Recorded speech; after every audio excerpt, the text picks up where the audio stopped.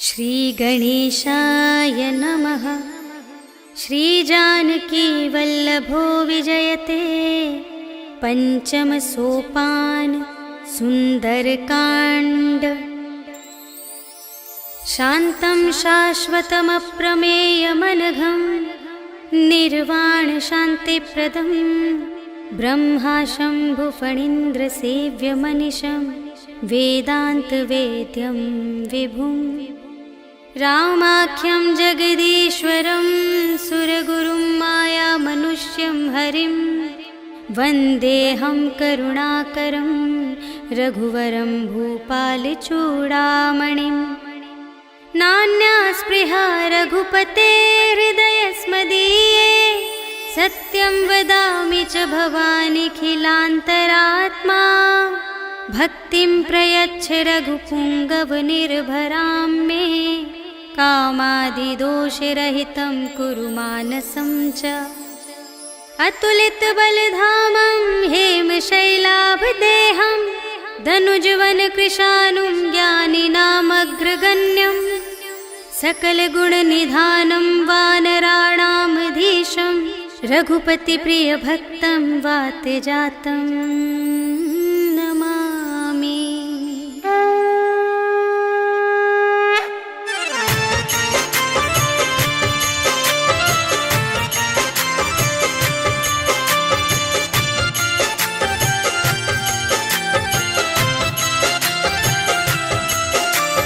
जामवंत के वचन सुहाए सुनि हनुमंत हृदय अति भाए। तब लगे मोहि परखेहु तुम भाई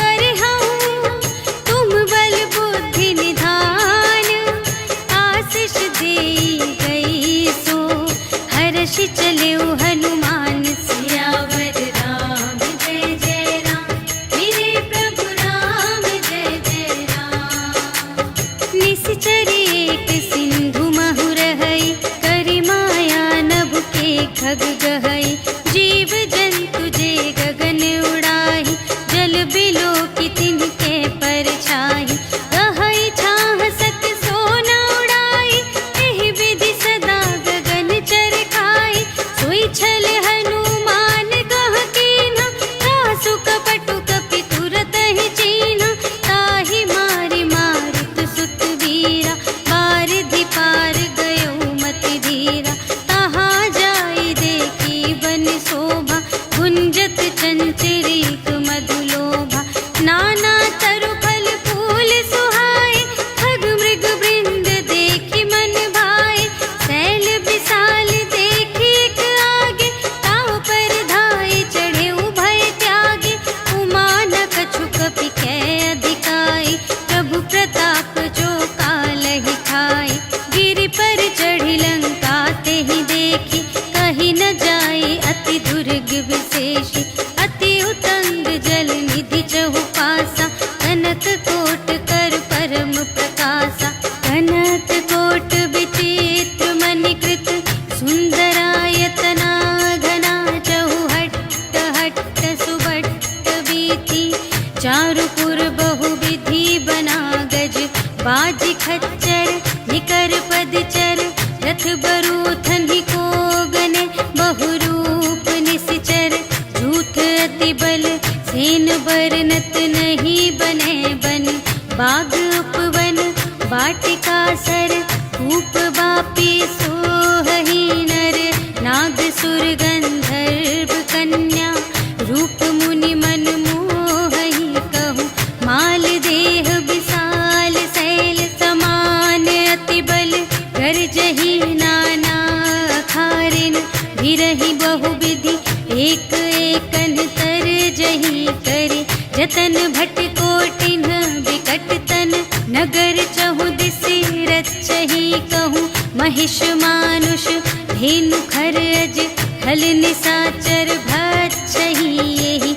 लागे तुलसी दास इनकी, कथा कछु एक है कही। रघुवीर सर तीरथ शरीरनि, त्यागी गति पैहि सही। पुर रखवारे देखि बहु, कपि मन कीन विचार। अति लघु रूप धरो निसी, नगर करो पैसार। सियावर राम जय जय राम, मेरे प्रभु राम जय जय राम। मसक समान रूप कपि धरि, लंक ही चले सुमिर नर हरि। नाम लंक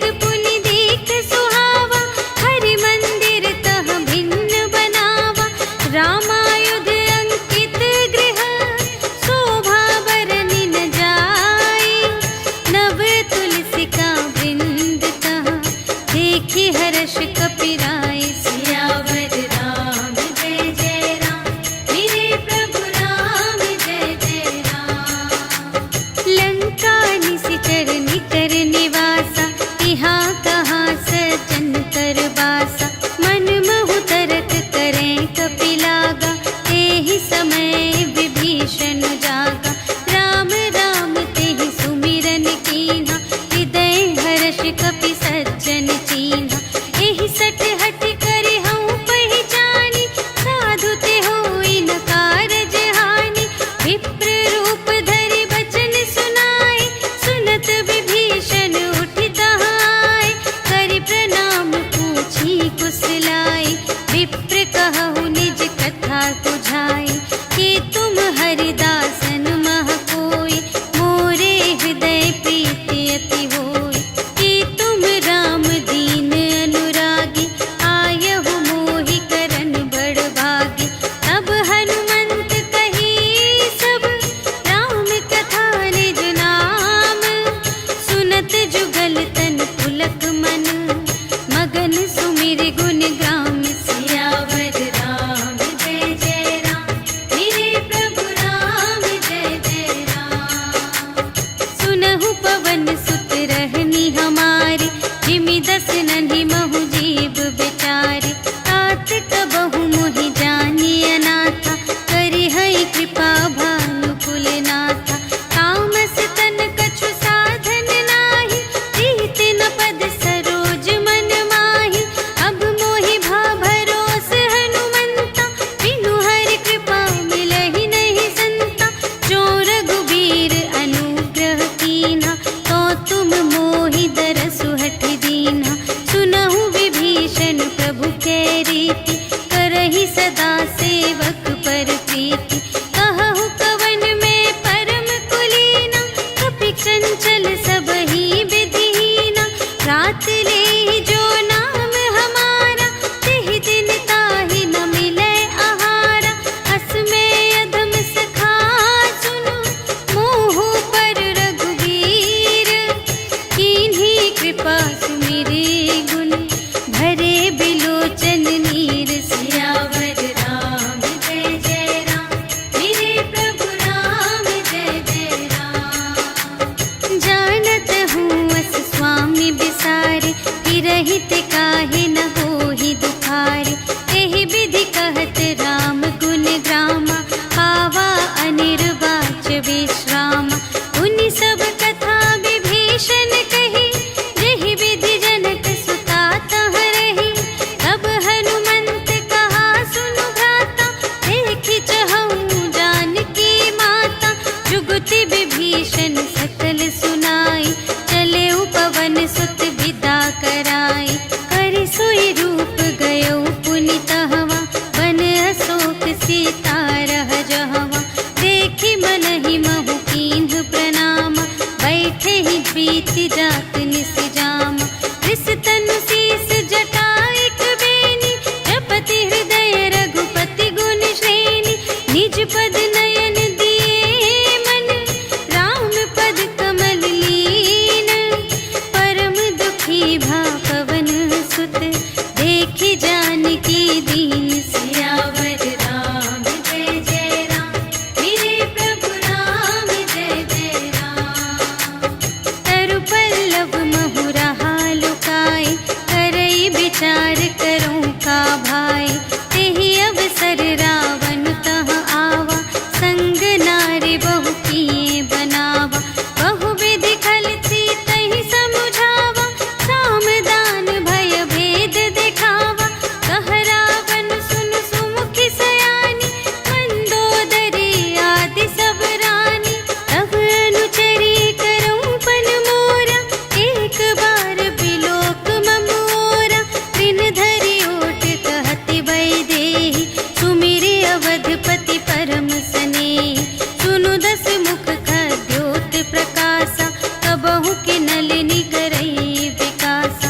अस मन समुझु कहत जानकी, खल सुध नहीं रघुबीर बानिकी। सठ सूने हरियाने ही मोहि, अधम निलज्ज लाज नहीं तोहि।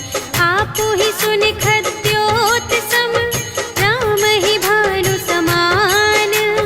परुष बचन सुनि काढ़िय से, बोला अति खिसियान। सियावर राम जय जय राम, मेरे प्रभु राम जय जय राम।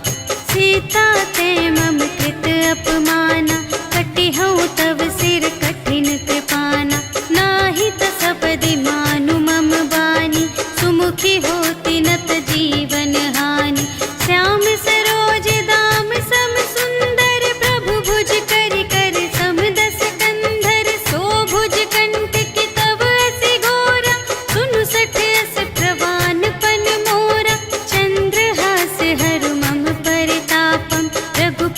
विरह अनल संजातम शीतल निशित बहसि बरधारा कह सीता हरु मम दुख भारा सुनत बचन पुनि मारन धावा भयतनया कहि नीति बुझावा कहि सकल निश्चरिन बुलाई सीतहि बहु विधि त्रास हो जाय मास दिवस महु कहा न माना तो मैं मार बिकाढ़ी कृपाना भवन गयौ दस कंधर यहाँ पिसाचिन वृंद सीतहि त्रास दिखावही धरहि रूप बहुमंद सियावर राम जय जय राम मेरे प्रभु राम जय जय राम त्रिजटा नाम राक्षसी एका रामचरण रति निपुण विवेका सबन्हु बोली सुनाए सि सपना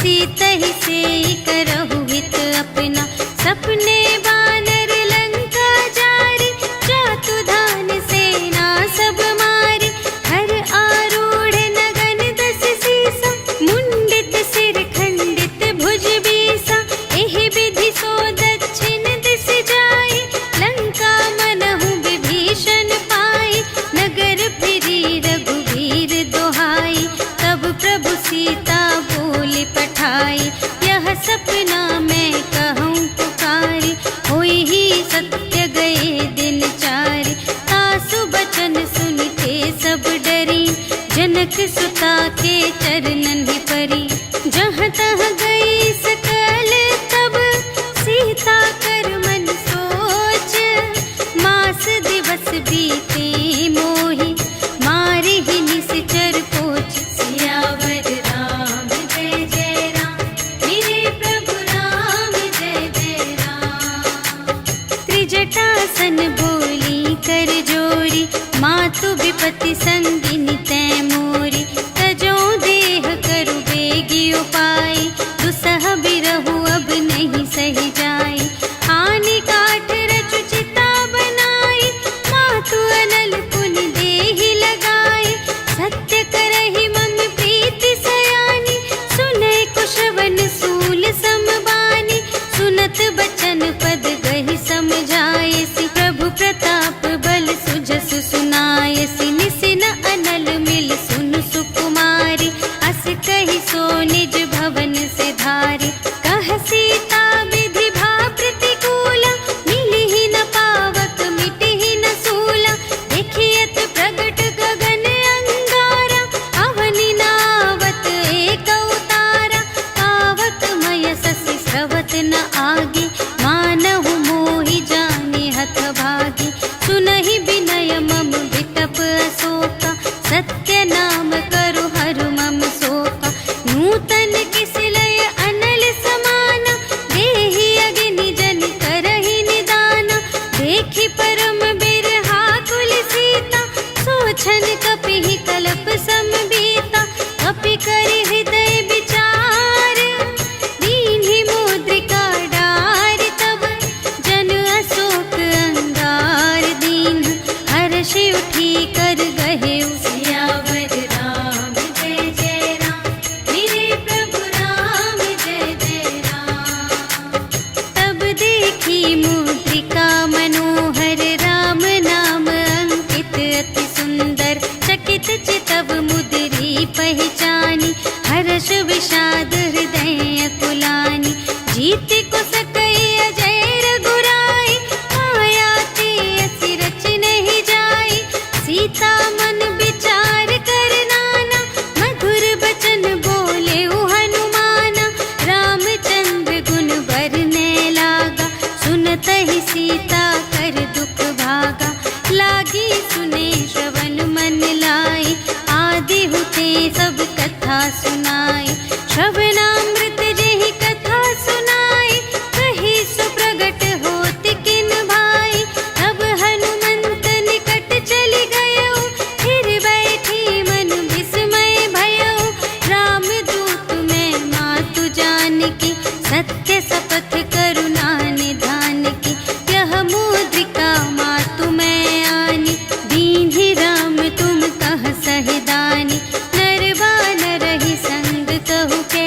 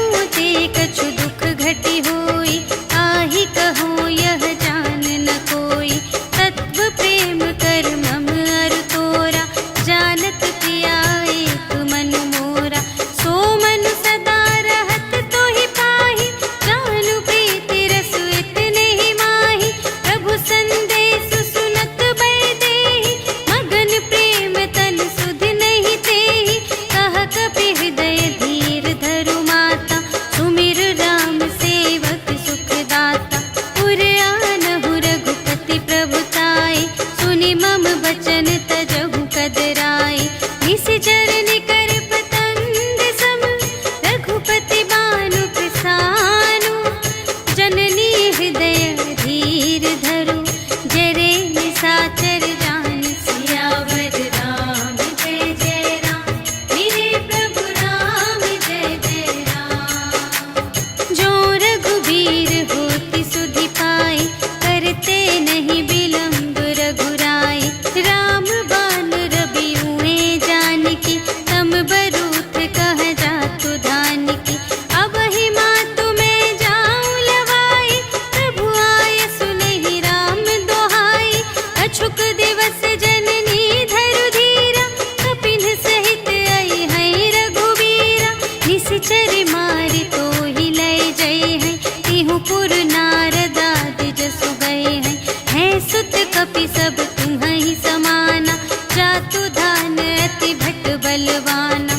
मोरे हृदय परम संदेहा, सुनि कपि प्रगट कीन्ह निज देहा। कनक भूधरा कार शरीरा, समर भयंकर अति बलबीरा। सीता मन भरोस तब भयउ, पुनि लघु रूप पवन सुत लयउ। सुनु माता शाखा मृग, नहीं बल बुद्धि विशाल।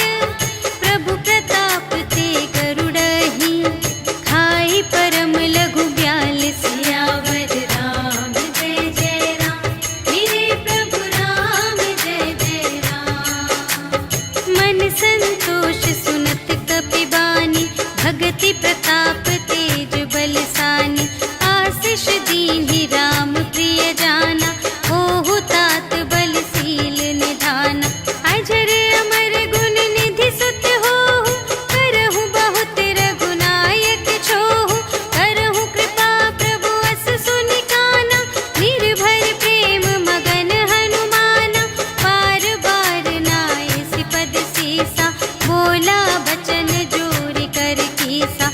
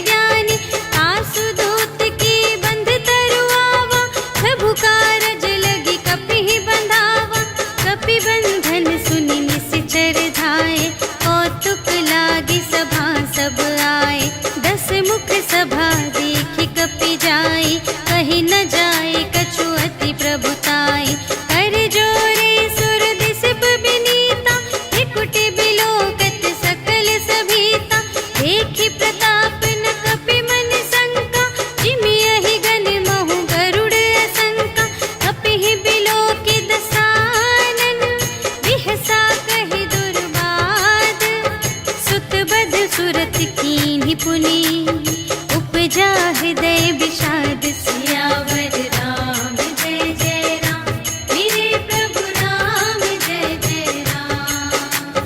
कहलन केस कवन तय कीसा, एहि के बल घाले सिबन कीसा। कीधो श्रवण सुने ही नहीं मोहि, देखो अति असंत सठ तोहि। मारे निश्चर के ही अपराधा, कहु सठ तोहि न प्राण गई बाधा। सुनु रावण ब्रह्मांड निकाया, खाई जासु बल बिरचति माया।